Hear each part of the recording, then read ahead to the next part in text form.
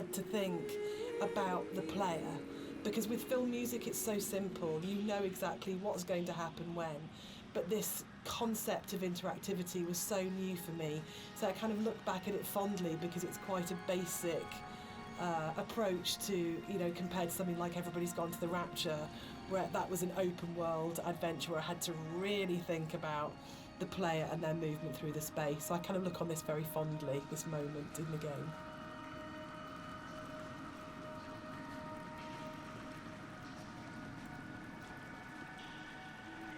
I don't know when the paper origami boats first came into things with Esther, really, but it felt like a really amazing metaphor of taking these letters and folding them into boats and then letting them leave the island, because you know at this point in the game, it's kind of the realisation is there that this isn't going to end well, and that the narrator is never leaving the island, and the idea that this kind of, again, the idea of communication, or the attempt or fail in communication, or trying to speak through the comb, or whatever it is, however you want to interpret it.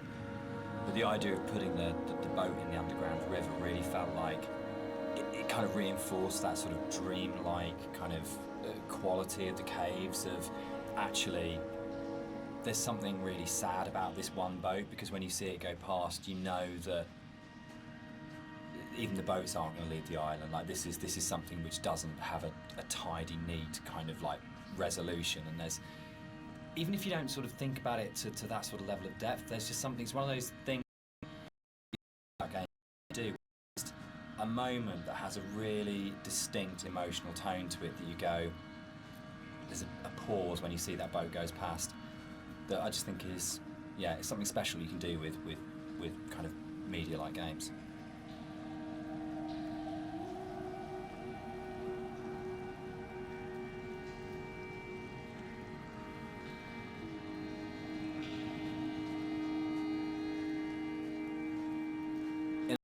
Caves were the hardest area to actually write, because we didn't want to have voiceover in there. I think because of the strength of the music, and this goes right back to the original mod, we wanted that to be the voice and for it to be a chance for Esther to speak rather than the narrator.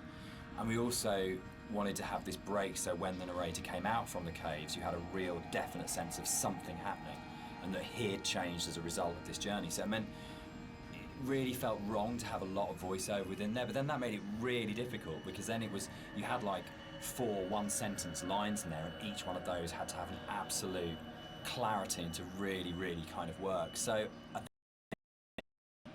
it's interesting in writing with fiction and writing poetry, when you read really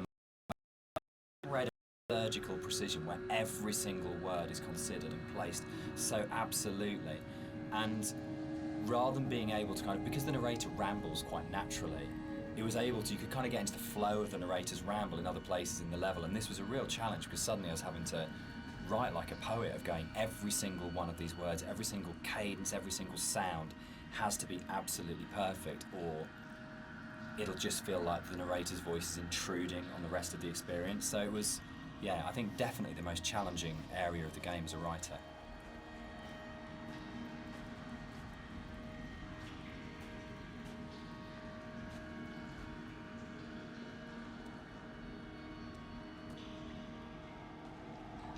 The sound here is a classic case of, again, what music I think does really well, which is you've had this soft, lyrical, beautiful, epic, dreamlike music, and then the moment you come out of the caves, you're into this really harsh soundscape, and the tonal shift is very, very brutal, I think, and deliberately so.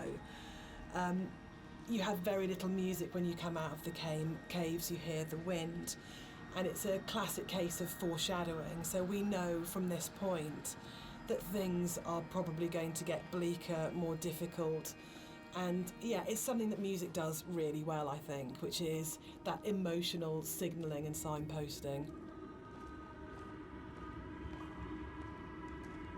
This whole area moved, didn't it? The original mod, this was a cave right at the beginning of the caves where everything was written, and it moved to the back end of the level, and we have this long corridor that's full of these kind of it's the point of high madness, I think, in the game, isn't it? Yeah, it's kind of just where you feel like you're losing the plot completely, both like visually and auditory and you know, it's kind of like this really frenetic moment for me.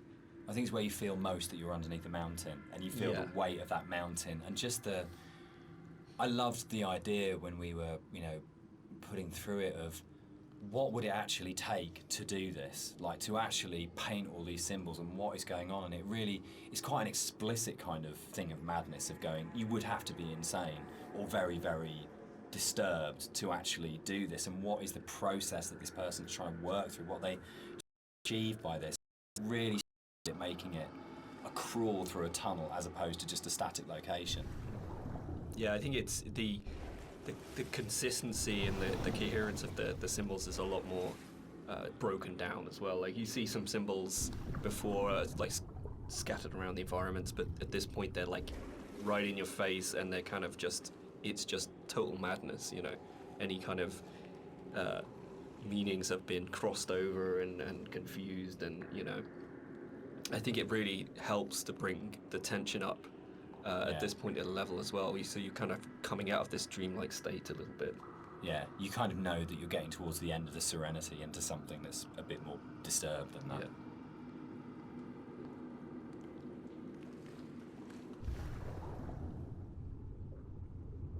This is a bit more of a because we disagree on this. I struggle with this. With the points in the caves where you duck above and below the water, and you have to have that transition of audio. And I love the audio on both sides of the surface tension of the water, but I really struggle with you breaking water because it's such a hard edge to the sound. And I don't think there's any other way around that. And you need to have those moments where you do go underwater because it's so important. But it's one of the areas that's never sat very comfortably with me, because I feel like in a level which hasn't got a single edge in it, it's the one edge within it that breaks me. And that's why I think it's so successful, because you've been lured into this completely hallucinatory, dreamlike world, and then all of a sudden, as a player, you're literally gasping for breath. You're coming up for air. And I think when we're talking about that metaphor of the body, for me, it's so about birth, and it's about this coming through the water, and actually it's a moment of realisation for me, but then you're having to go back under again, and you're diving down. So for me, without wanting to sound incredibly pretentious, it's about the fight between the conscious and the subconscious, and that struggle. Booyah! There's actually a really interesting thing about that underwater section there, though, is that, I don't know if you remember, but you had a certain piece of music that plays when you're underwater, and to me, I really like that. It's kind of like, because at this point, it's kind of like a very calm, relaxed type of a journey, and you go on the water and it starts to break apart a little bit, and it's almost like, that kind of psychosis is still there. It's not complete bliss at this point, and and it helps to build the atmosphere up to this final jump. So we're both saying that Dan's wrong? Yeah. Excellent. Yeah. That's good. That's the way it should be.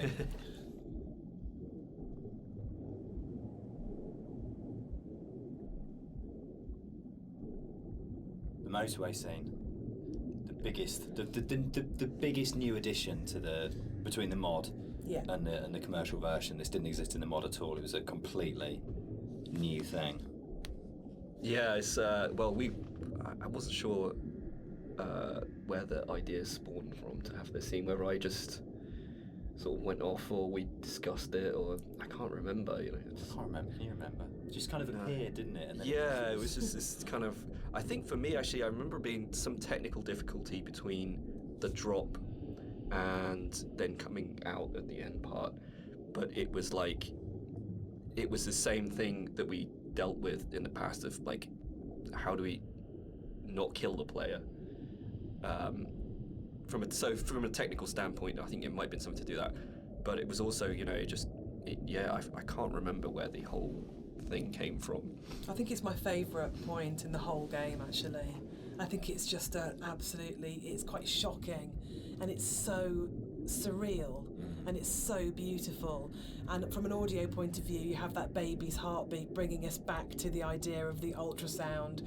Was Esther pregnant? And it's one of those moments that I think everything just kind of collates together, and it's so unexpected.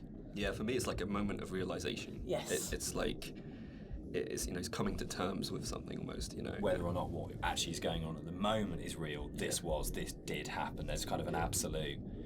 I remember.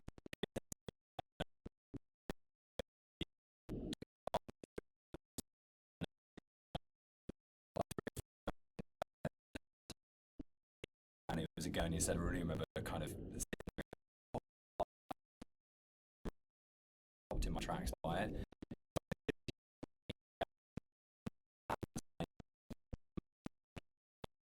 You know, actually,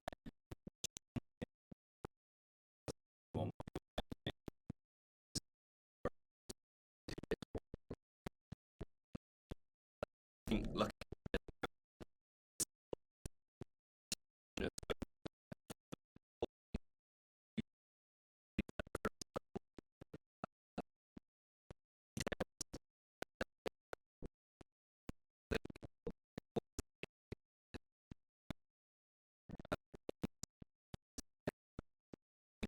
It's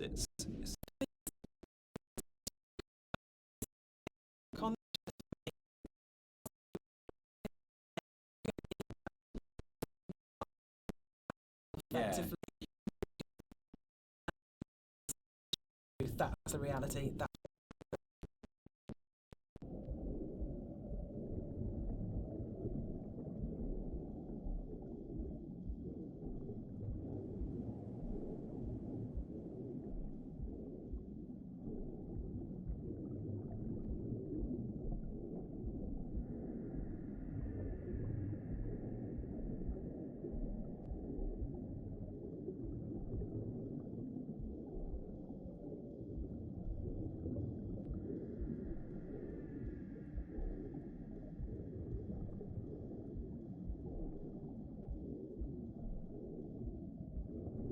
So the admission really is that I did play fast and loose with the geography of the M5. There isn't actually a welcome break service. It's just outside the junction of Sanford. But we also know, players.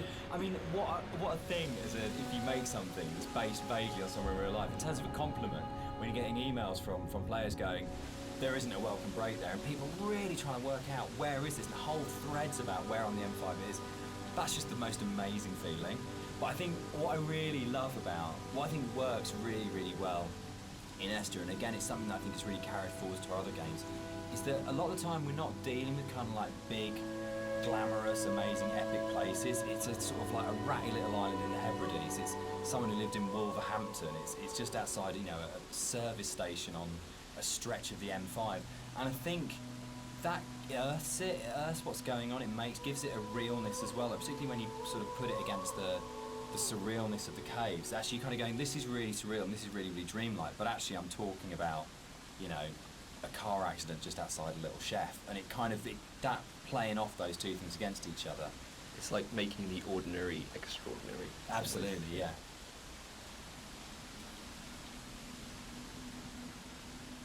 This scene for me is like really, really iconic because it kind of brings this idea of the caves being an inward journey through the body together.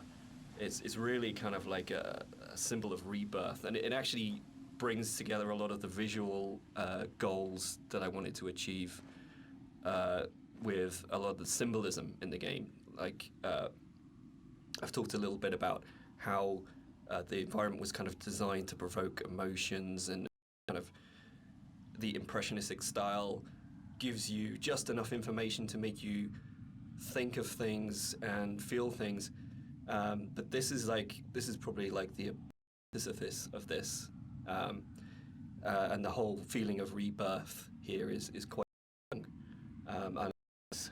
The music's supporting that. Yeah, because we've gone, she sings always, always throughout, you know, we've got always, always, and then she sings never, and a moment of absolute soaring. It's the climax of the music. As you come out of the water and the music kind of swells, and you just kind of, it is like a moment of change has happened in some way, and it's rebirth, isn't it? For me, it's his moment of clarity and acceptance and understanding of the reality of what's happened. And you're literally moving towards the light at the end of the tunnel. You're actually doing that as you go through. But the music, especially, I think before the music got layered in, that scene was nowhere near as kind of powerful for me. Like that kind of just totally made it